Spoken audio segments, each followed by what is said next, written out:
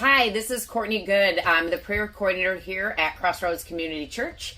We're on day 15 of a 21 days in prayer and fasting, and so congratulations, way to go, way to stick with it. I get the privilege to talk about Acts 1 verses 8, and that would be, but you will receive power when the Holy Spirit comes upon you, and you will be my witnesses, telling people about me everywhere. In Jerusalem, throughout Judea, Samaria, and to the ends of the earth. When Jesus told the disciples that they would be his witnesses, he wasn't talking about people that had it all figured out, thank God. In fact, the disciples were ordinary people that didn't fully understand what was ahead, yet God used them to change the world. He can use you to change the world as well. And what a powerful message is that. I think about how often God uses simple acts of obedience. Someone invites a friend to church.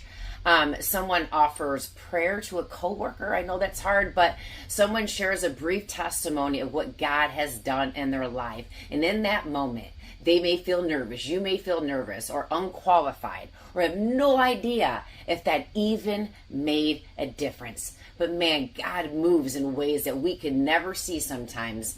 But yet years later, that one conversation can completely change the direction of someone's life. A person comes to know Christ, a marriage is restored, a family begins to follow Jesus for the first time. And, it could be a future pastor or church leader, just their first step towards faith because someone said yes to the Holy Spirit that lives in us. How amazing is that? It's powerful on the ability of what we have. And, and the person being used often doesn't feel that full impact. And that's because Acts 1:8 isn't about our ability. It's about God's power.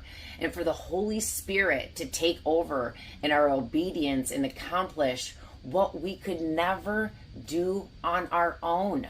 We try to do way too many things on our own and see where that gets us.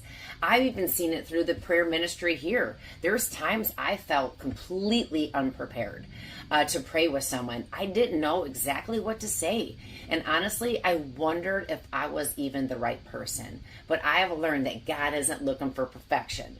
He's looking for obedience. And when I simply step out and I pray, the Holy Spirit does the work. And sometimes people leave encouraged, sometimes in tears, and sometimes with a renewed sense of hope. It reminds me that being a witness isn't about having it all, the answers, having it all together. It's about being available for God to use. He's looking for you to be available. We just have to slow down and listen to the things that he's saying. We may never know one prayer, one invitation, one conversation that can impact someone's eternity.